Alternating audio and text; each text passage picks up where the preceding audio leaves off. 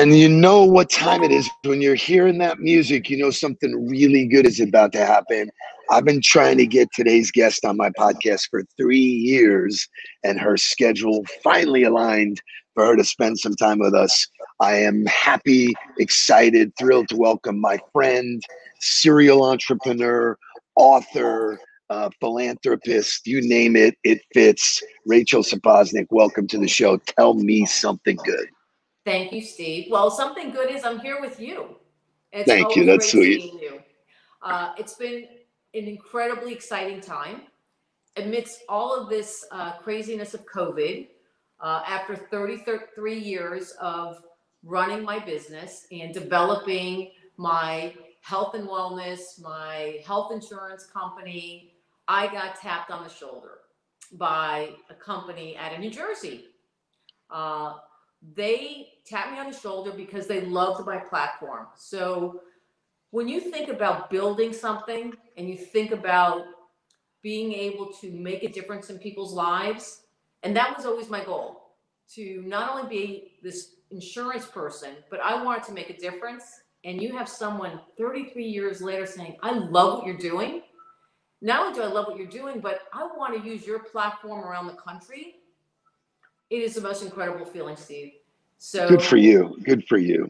In the midst of a pandemic, as everything is closing down, I have this opportunity to work with an incredible company called World Insurance, who tapped What me a on the great shoulder name. and said, It's a I great love name. the name, right?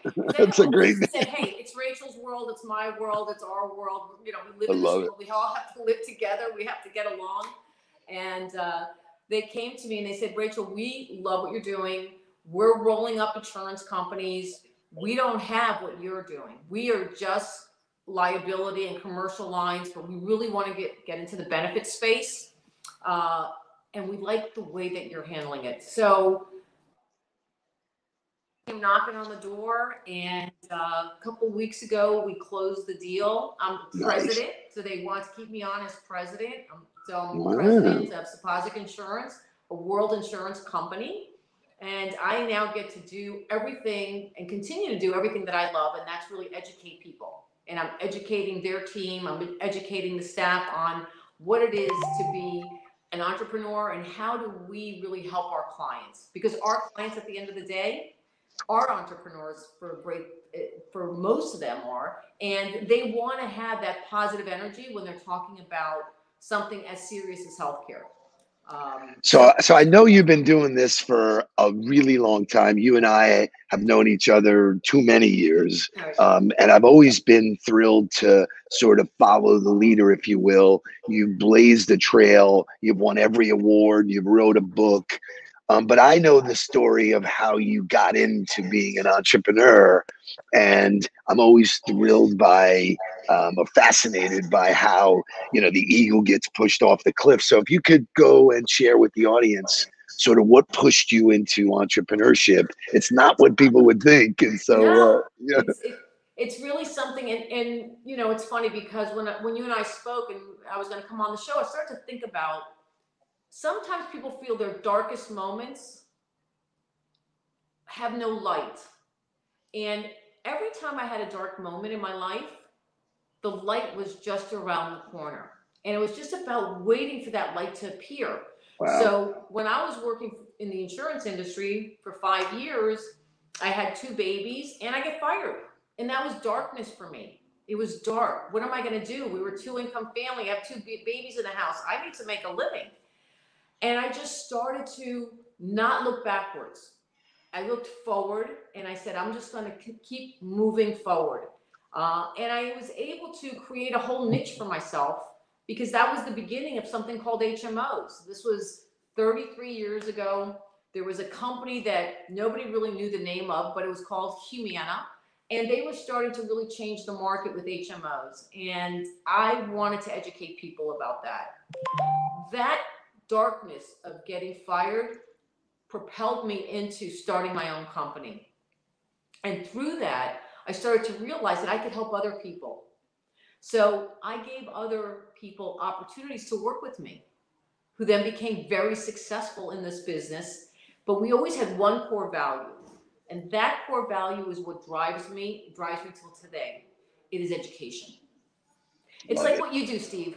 You wake up every morning and you think, how am I going to help somebody? And the way you help somebody is by educating them. Because when you educate someone, you give them power.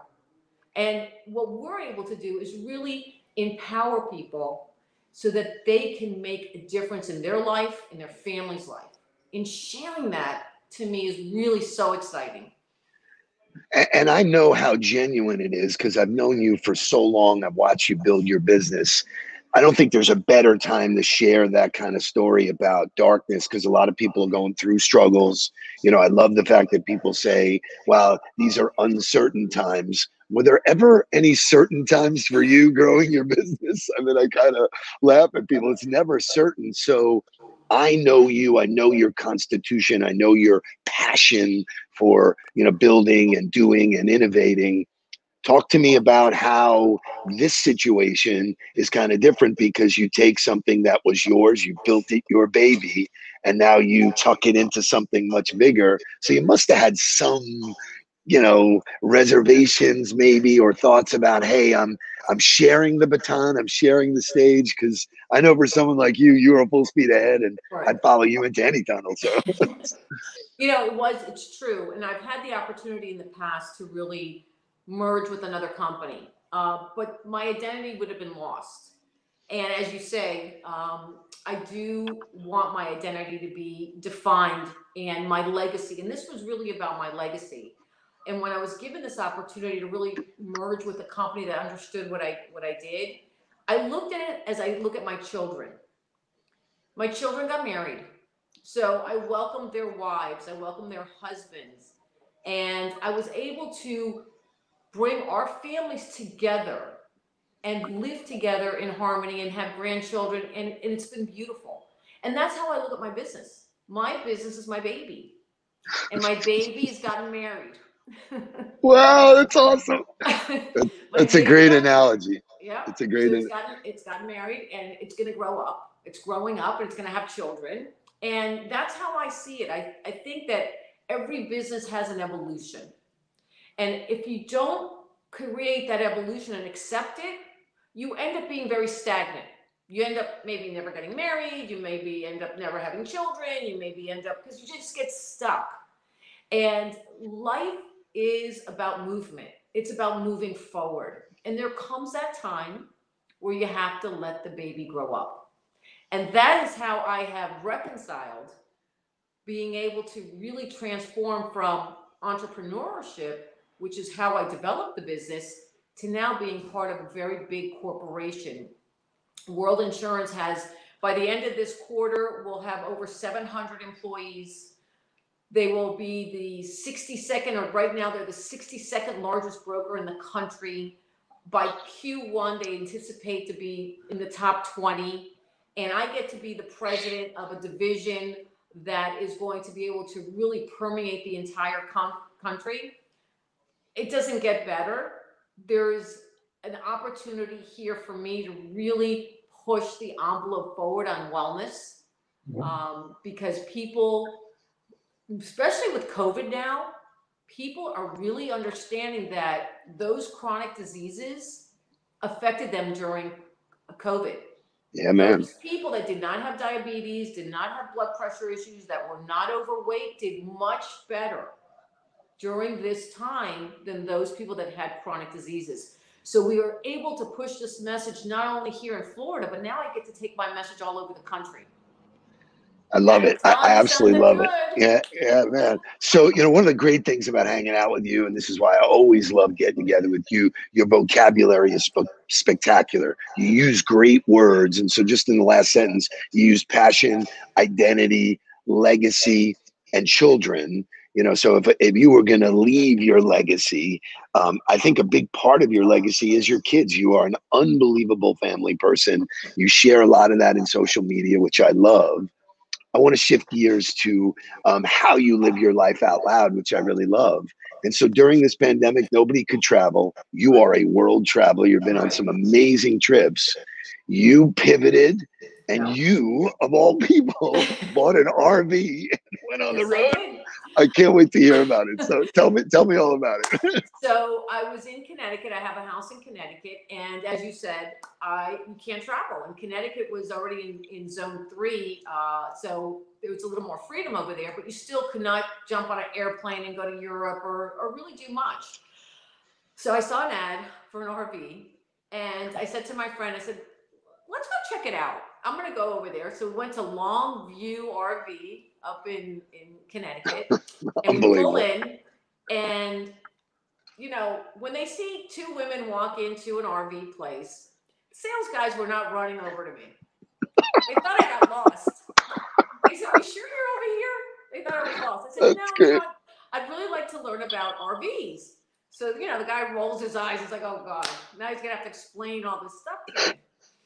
I had never been in an RV, had never experienced an RV, and he started to take me through what had just come in the day before, a 2021 RV 30-footer. And it looked like a yacht. It was beautiful. I walked in there, it had the bedroom, bathroom, kitchen, living room, gorgeous. And I said to him, "Can we test drive it?" He said, "Are you sure?" I said, "Yeah." I said, so he takes me out for a test drive, and you know what, Steve? It's pretty easy to drive. And you know what the good news is? The good news is you're bigger than anybody on the road. So guess what? They have to go around you. I will admit, I do get the bird every once in a while. Right. Because they have to go around me, but I bought the RV right on the spot. And what was your journey? Where did you go with the RV? I went to Vermont. So I pull into Vermont. It was 3 friends and with their daughters. So we had 6 of us, 6 girls in this RV. We get out of the RV, and you know what happens? All the guys came over and said, "Do you need some help?" Oh, there you go. Yeah, why not? So they started to show me where's the sewer. So they helped me with the sewer line, which now I know, the electrical line, the water. And I will tell you, it was the most peaceful, incredible experience. I recommend it. I love it. I actually have the RV coming down. It's going to be here in a couple of days. And I went to Vermont, New Hampshire, Maine, the Hamptons. I took the ferry with the yacht, with the RV over to the Hamptons. So you have to picture this, Steve. Instantly in my head, I'm going, what? My daughter, she's had a baby a few months ago.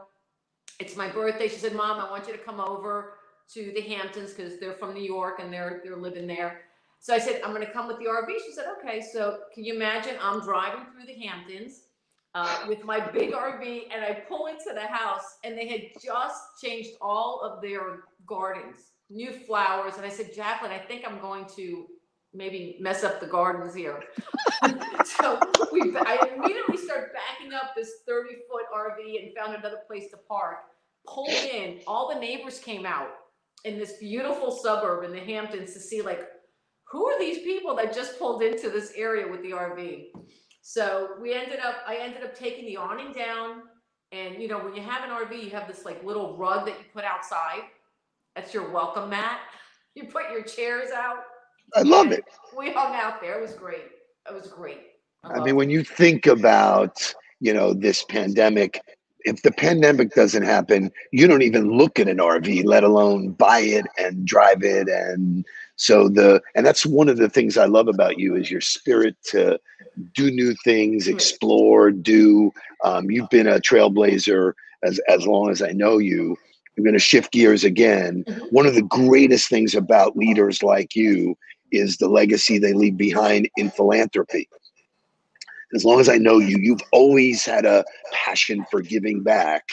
God, when you Google you, the awards are just crazy. What's the number one, or share with us one of your passions? I know you've created an Alumni Achievement Award, and just where are you at with your philanthropy? Because it is so indicative of great leaders. So, I'm born and raised here in Dade County and in Miami. I went to public school.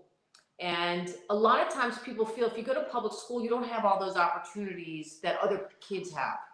And I was very blessed to be part of and continue to be part of the education board of Dade County. And what we do, which I think is incredible, is we highlight those individuals that graduated from public school, from Dade County Public Schools. People like Ron Book, people like Haslam from the Heat. Really? Yes. Wow, I didn't know that. Wow, yes. Ron's book? Wow. Yes. yes. And people that have really made a difference to our community, they come back into the schools and talk to the kids.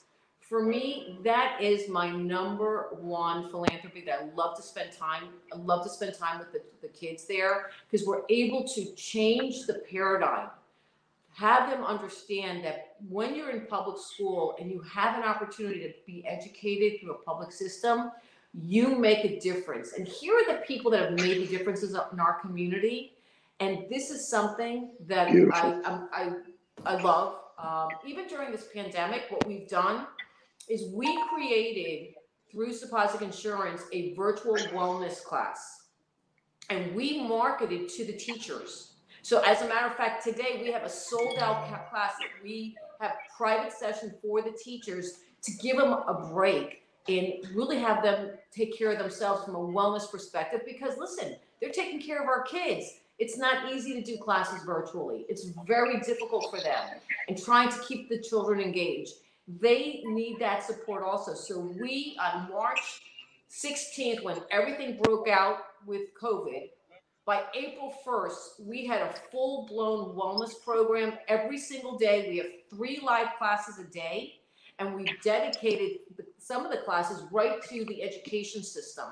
Free classes, they can go online and meet these instructors. They're loving it. And it's really my way of saying thank you to the teachers, because without teachers, we cannot do what you and I do, Steve.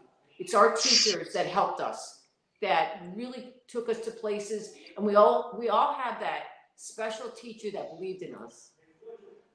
It's so well said and so heartfelt. So I'm throwing this out there publicly. If you ever want me to do anything for the teachers from a mindset standpoint, count on it. Just ask me, and I'll be there to do it. I love, my passion is with JA, is getting in front of the kids and showing them that there are ways to grow yourself personally beyond what other people's parameters are of you. Nobody laid your roadmap out. Nobody said, hey, you'll be the CEO of a company that has 700 people, or the president, So I think the imagination to live outside of that is great. And so dealing with the teachers, dealing with the kids, that's awesome. So in our closing minute, you've shared so much good stuff, which is what the purpose of the show is. It's no surprise. You look at, what's your prediction for 2021? What do you see happening? What should people pay attention to in healthcare? What are the buzzwords? Leave us with knowledge that we can go act on. So I'm going to leave you with this, Steve. This is the Jewish holidays just ended. It was the Jewish New Year. And the year is 5781. And if you add up all the numbers equal 21. And in the Jewish religion, numbers have meaning. This 21 equates to wonder. So this is going to be a year of wonder. Why? Because we're entering a time where we're leaving the pandemic behind us. We're at the tail end of this. And we're now going to open into lightness. And that lightness is going to be self-care. People are going to take care of themselves because they realize during this time how fragile life is. And this is their time to really appreciate their children, appreciate themselves, appreciate this beautiful world that we live in, and take care of themselves. And there is no better healthcare than being healthy in your mind, in your heart, in your soul, and in your body. Drop the mic. I got absolute chills. I knew you would be a great guest. I'm so thrilled that you spent the time with us. You just pumped us all full of good stuff. Thank you for your wisdom, your insight. You're so inspiring. I only have one ask of you, is that you promise to come back and give us an update on what's happening with you and your new company. I will. Awesome. You are the best. Bye. Take care. Take care.